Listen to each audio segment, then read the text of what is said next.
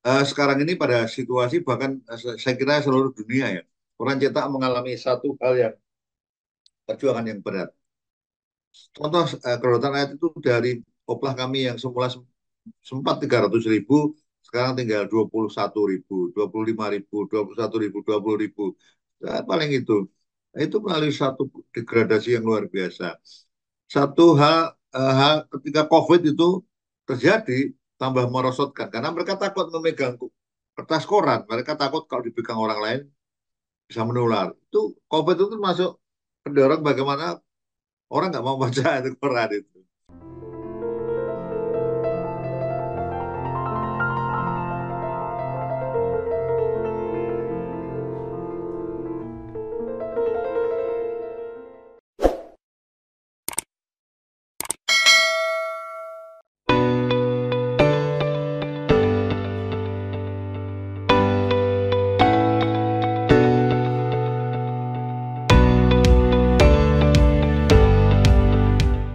Assalamualaikum warahmatullahi wabarakatuh.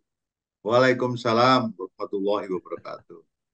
Bersama saya Bambang Sadiono di kanal Bangsa TV. Mudah-mudahan kanal ini selalu bisa memantau prestasi, membangun motivasi, dan mendorong edukasi.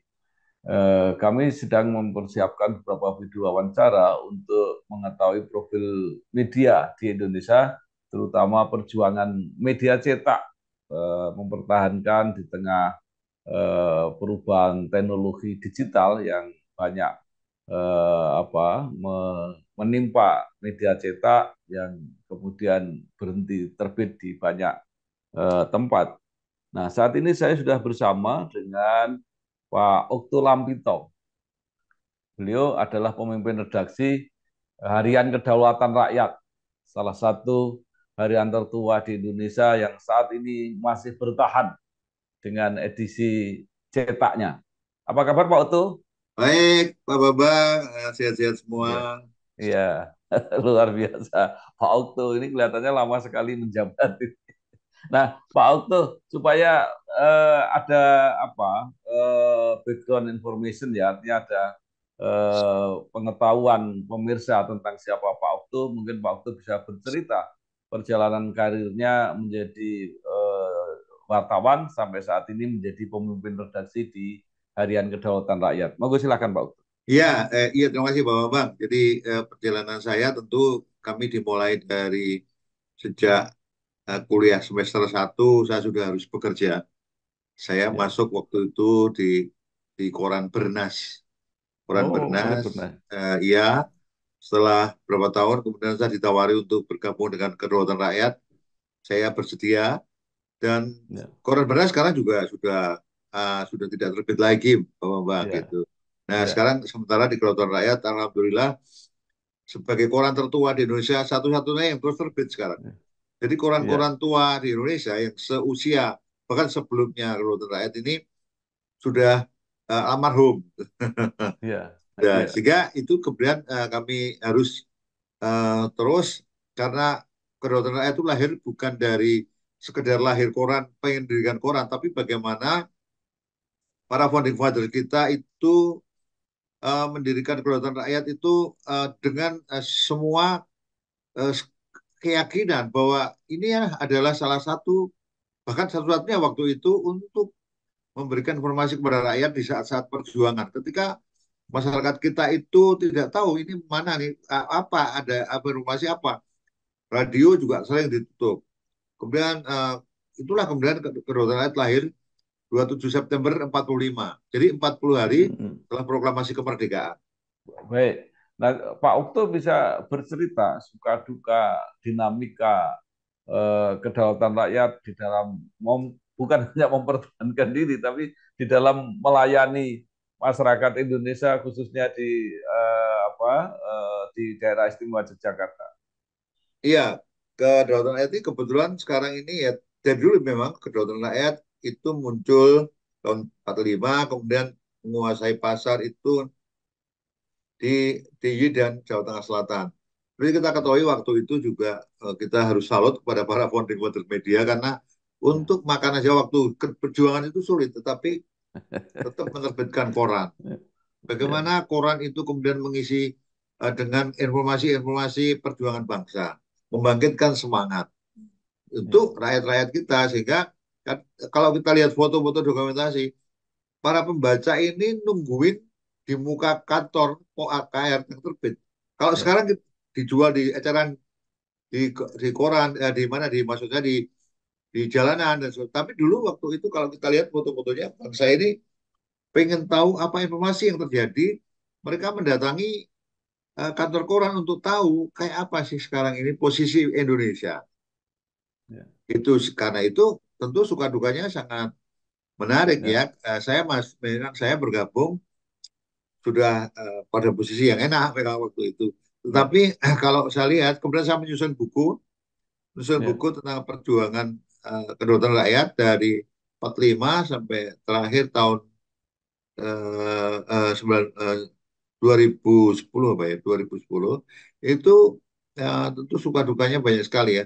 Kalau kita lihat bahkan dulu saya baca para founding father ini ketika dia berjuang itu sampai kemudian dia buat tulisan bahwa mohon maaf kami redaksi tidak terbit seminggu karena apa mereka berjuang benar waktu peristiwa terjadi Jogja kembali mereka betul-betul di lapangan tidak ya, memegang pena tapi betul-betul bagaimana mereka memegang senapan ya, mengajak semangatnya para ya. prajurit ini untuk tetap melawan penjajah.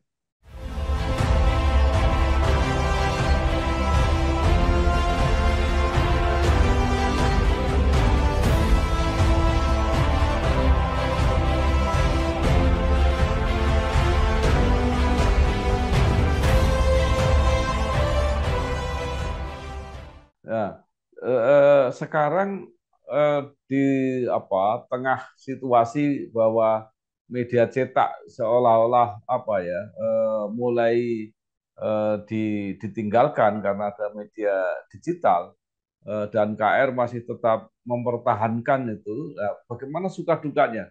Lebih susah di zaman perang dulu atau di zaman sekarang? Kalau zaman perang saya tidak mengalami, tetapi saya merasakan bagaimana kesulitannya. Oh, jangankan iklan aja nggak ada kok yang mau pasang gitu. Jadi nggak ada yang mereka hidup aja kan sulit. Nah, Ya, kemudian paling enak ya kemudian setelah perjuangan kemudian saya mengalami juga sempat jadi Orde Baru. Mungkin Pak Bambang mengalami ya, juga bagaimana koran kami diancam ketika menurunkan berita-berita yang bukan anti pemerintah tapi melawan pemerintah. ya, Itu diperingatkan di ya, misalnya didatangi malam-malam supaya tulisannya jangan judulnya begitu, bagaimana nggak usah dimuat dan seterusnya oleh aparat waktu ya. itu. Sempat kami mengalami kayak gitu. Nah, kalau sekarang seperti apa, Pak? Perjuangannya, artinya secara bisnis apa masih eh, apa cukup marketable atau cukup eh, menguntungkan atau seperti apa sekarang? Ya, tentu sekarang ini pada situasi bahkan saya kira seluruh dunia ya, orang cetak Ya, mengalami satu hal yang perjuangan yang berat. ya, Contoh kedaulatan rakyat itu dari oplah kami yang semula sempat 300.000, sekarang tinggal ya, 21.000, 25.000, ya, 21.000, 20.000. Nah, paling ya, itu. Nah, itu melalui satu degradasi yang luar biasa. Satu hal ketika COVID itu terjadi tambah merosotkan karena mereka takut memegang kertas koran, ya, mereka takut kalau ya, dipegang orang lain bisa menular. Itu COVID itu termasuk pendorong bagaimana orang nggak mau baca itu ya. koran itu. Nah, kemudian situasinya seperti apa, Pak? Apakah iklannya masih bisa masuk atau dengan adanya sekarang kan biasanya media cetak, kemudian juga mengelola yang digital, yang online. Apakah income dari media baru ini sudah bisa menutup apa hilangnya income yang lama? Belum. Media baru ini kalau kita bandingkan dengan media cetak bagi kedaulatan rakyat ya, masih Ya, masih menguntungkan cetak, masih oh, menguntungkan cetak. Nah, media baru ini masih pada taraf yang BEP gitu, BEP aja gitu. ya, Sama-sama ya, udah pengeluaran dan ya, pemasukan itu sama gitu. Jadi ya, kalaupun untung dikit sekali gitu. Itulah ya. sebabnya. Nah, tentu kami Ya, juga berusaha untuk bagaimana tetap survive, bagaimana ya, mempertahankan ini. Kedaulatan rakyat kemudian juga membuka usaha-usaha seperti ya, properti gitu, untuk mendukung itu. Kemudian juga eh, media-media lain. Kedua, kedaulatan rakyat punya radio juga, punya KR ya, Jogja.com. Artinya media-media ya, online. Kemudian medsos pun sekarang menjadi bagian dari usaha untuk bagaimana memberi masukan kepada perusahaan. ya. Nah, bagaimana kesetiaan pemasang iklan dan kesetiaan para pelanggan untuk media cetak? Kalau pelanggan, alhamdulillah itu sekarang masih 21 ribuan lah ulah kita. Ya Ya, meskipun turun jauh, tapi itu masih. Cuman kita nggak tahu sampai kapan mereka bertahan dulu. Kita juga, ya, ya, saya kira bukan hanya kedaulatan rakyat, hampir ya, semua media cetak galau gitu ya, ya, pada ya, situasi yang semacam ini gitu. Nah, ya, ketika kemudian terjadi itu, maka apa yang dilakukan yaitu diversifikasi lain, mengurangi hmm, halaman dan seterusnya. ya, Saya kira Pak Bambang juga tahu bagaimana media-media ya, sekarang semakin tipis halamannya. Bahkan ya, kemudian ya, tidak kuat lagi dicetak, maka mereka ya, pindah ke jalur eh, ke ke jalur online. Itu sebabnya ya, eh, ya, media-media sekarang menggunakan sebagai media online sebagai ganti. Namun ya, tentu tidak segampang ketika cetak waktu itu. Tapi ya, juga online itu juga tidak semudah kita bayangkan untuk bisa tetap ya. hidup gitu. Iya. Nah, kemudian apakah bisa dipetakan ya profil pembaca atau pelanggan setia, pelanggan tetap media cetak? Apakah itu karena lembaga-lembaga instansi pemerintah yang masih setia berlangganan atau masyarakat seperti apa itu yang menjadi pelanggan setia media cetak ini, Pak? Oh masih, kalau kedaulatan rakyat BKR itu masih pemerintah Ya, pemerintah pemerintah daerah itu juga masih. ya, Saya kira sekarang ini pemasang iklan yang kuat, yang punya uang adalah ya, government. ya, Swasta ya, itu hampir sudah betul-betul mereka tidak seperti dulu. Jadi mereka ya, mungkin lebih memilih mungkin media karena bisa ya, misalnya ya. membuat media sendiri karena gratis. Ya, Kemudian ya, juga menggunakan media sosial dan seterusnya itu. ya, Nah, tetapi ya, tetap saja bagi saya melihat kepercayaan terhadap media cetak itu masih, Pak Bambang. ya, Sebagai contoh gini, ya, kalau ada pengumuman mahasiswa baru, itu kan online ya, sudah mengeluarkan dulu, ya, ya, online sudah mengeluarkan dulu. ya, oh ya, Tapi toh kedaulatan rakyat cetak itu cetaknya hampir berapa? Oplahnya itu kita lebihkan 5 kali lipat, 6 kali lipat. ya, Karena apa? Orang tua siswa atau siswa juga masih mantap kalau ya, dia masih melihat ternyata ya, namanya ada di cetak. ya, Nah, ya, itu ya kemudian kita tetap melakukan apa ya, sesuatu, misalnya kalau pas pengumuman-pengumuman mahasiswa baru itu, misalnya dari Gajah ya, Mada, dari UNJ, dan dari ya, UNS, itu kita pasti cetak kita lipat kali tiras ya, kita, dan iklannya ya. juga banyak.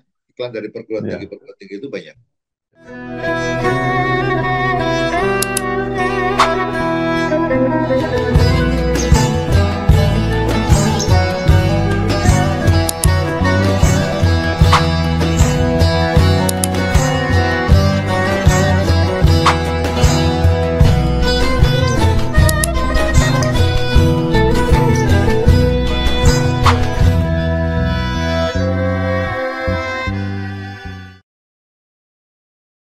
Iya, jadi ternyata memang trust kepada apa media media utama ini ya, main media ini Harus utama, masih kuat dan kemudian juga kelihatannya khusus untuk pemerintah itu selain medianya terpercaya, juga pertanggungjawabannya lebih lebih jelas.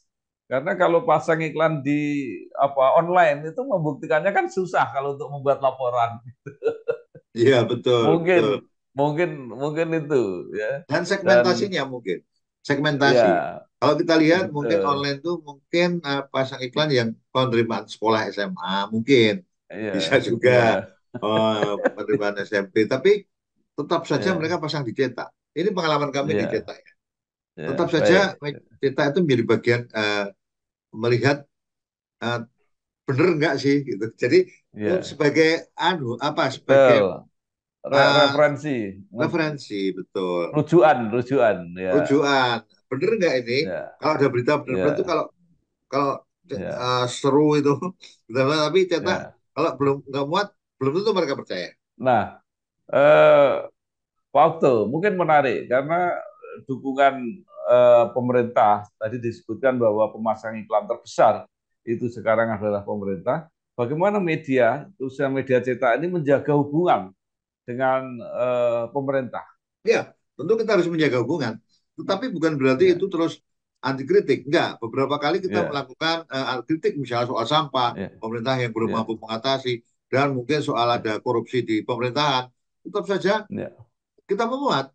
Kalau itu tidak muat, ya, rasa-rasanya pembaca akan meninggalkan. Gitu. Jadi ya, isu-isu yang ya, hangat, isu-isu yang ya. menjadi pembicaraan masyarakat, tetap saja menjadi bagian yang harus dimuat oleh media.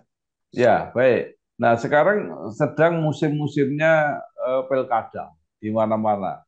Nah, ini bagaimana media menyikapi ini? Apakah itu sebagai apa? Kan semuanya berpromosi sebagai peluang untuk apa ya? Mendapatkan apakah tiras atau mungkin iklan atau justru hati-hati karena khawatir jangan-jangan nanti apa pihak tertentu yang menang, yang mungkin tidak mendapat pemberitaan yang cukup, nanti mengambil kebijakan yang merugikan media. Gimana, Pak?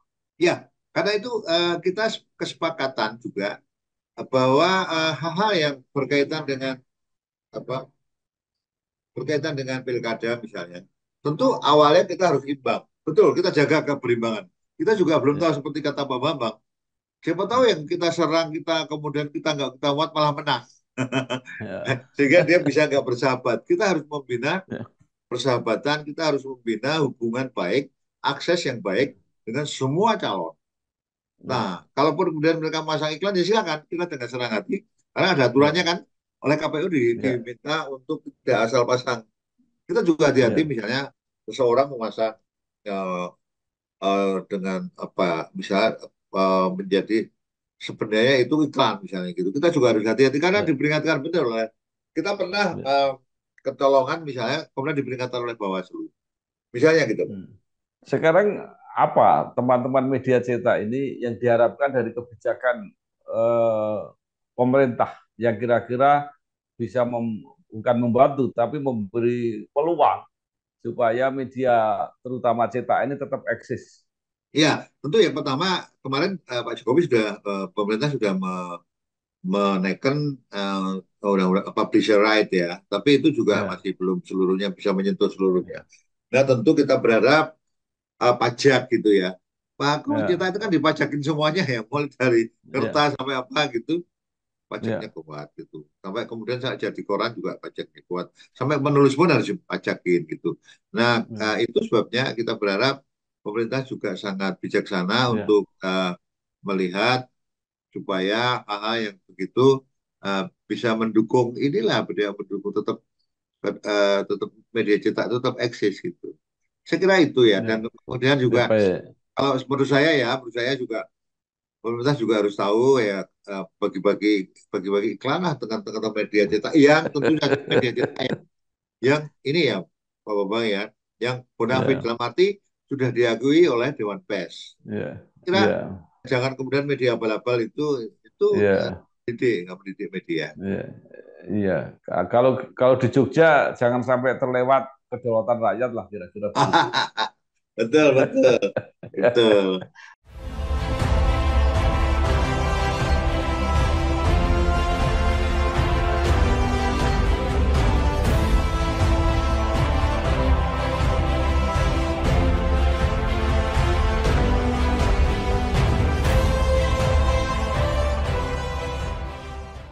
Nah, sekarang tentang organisasi kewartawanan. Saya tahu Pak Ukto lama aktif di Persatuan Wartawan Indonesia PWI. Nah, seberapa jauh sekarang hubungan media dengan organisasi kewartawanan, Pak? Ya, saya kira kalau bagi kami di kedutaan itu harus ikut organisasi. Saya menyarankan pada Ya, teman-teman media wartawan untuk ikut organisasi ya, wartawan. Karena ya, satu adalah bagaimana solidaritas itu kita bangun. Yang kedua, ya, kemudian ini semacam apa kalau ada pelatihan-pelatihan organisasi itu ya, kita ikutkan sertakan. Jadi kita juga ya, membina SDM lah untuk teman-teman di ya, media itu supaya juga punya skill yang bagus. Cuman kadang-kadang kan ya, kita juga tidak mampu seluruhnya mengawal. Nah, organisasi wartawan ini kita harapkan aktif untuk mengadakan hal semacam itu. Nah, bahkan adanya UKW misalnya, bagi saya kita juga menguntungkan gitu karena kita tahu bahwa kualitas tadi bisa kita lihat. Gitu. baik. Nah, terakhir Pak Okto, sebagai orang yang lama di PWI ya, kalau nggak salah sekarang masih jadi apa penasehat ya di PWI Penasehat ya. Jogja. Ya, sekarang PWI sedang mengalami huru hara, sedang mengalami goncangan-goncangan organisatoris lah. Nah, eh, Pak Okto punya apa saran apa supaya ini bisa selesai dengan baik dan tidak merugikan nama besar dan nama baik organisasi. Ya, saya kira kita sama-sama berharap Pak Bambang juga orang PWI Ya, gitu kan ya. Oh, ya, sekarang PWI, kita sama berharap bahwa PWI itu tetap mencerminkan citra wartawan yang bagus gitu. Kalaupun ya, ada hal-hal yang tadi gesekan-gesekan kaitannya dengan dana tersebut diselesaikan. Ada ya, tuduhan kepada Pak Ketua PWI sekarang kaitannya dengan dana. Nah, ya, PWI sekarang benar-benar bisa membuktikan bahwa itu sah gitu loh. Misalnya ya, yang jadi masalah kan penggunakan oleh organisasi ini untuk suatu keperluan. Nah, dengan alasan karena memang diperbolehkan. Nah, sekarang saya berharap memang betul kalau Ketua PWI sekarang Bang Hendri itu bisa membuktikan dengan ya, misalnya ada audit yang independen gitu. Nah, ya. sah tidak gitu. Nah, mudah-mudahan badai ini segera berlalu gitu. Baik. Sama-sama lah, sama-sama semua ini memiliki Hmm, PWI. PWI itu organisasi ya. yang tertua ya, yang organisasi Ya, tertua yang berapa kali diguncang kayak begitu kan. ya, Berapa kali oke, ketuanya digoyang. ya, Itu ya, kemudian kita berharap ya, segera clear lah. Badai itu ya. segera berlalu. Oke, badai segera berlalu. Terima kasih Pak Okto Lampito, pemimpin redaksi Kedaulatan Rakyat, yang sudah bercerita banyak tentang eksistensi harian KR, harian tertua, yang masih terus berjuang, bertahan di dalam format media cetak. Mudah-mudahan apa ya masih terus bisa melayani masyarakat, khususnya Amin, di amin, DIY amin. dan di Indonesia. Terima Kita kasih. memang berdoa. Wassalamualaikum warahmatullahi Waalaikumsalam. wabarakatuh. Waalaikumsalam Terima kasih, warahmatullahi Pak. wabarakatuh.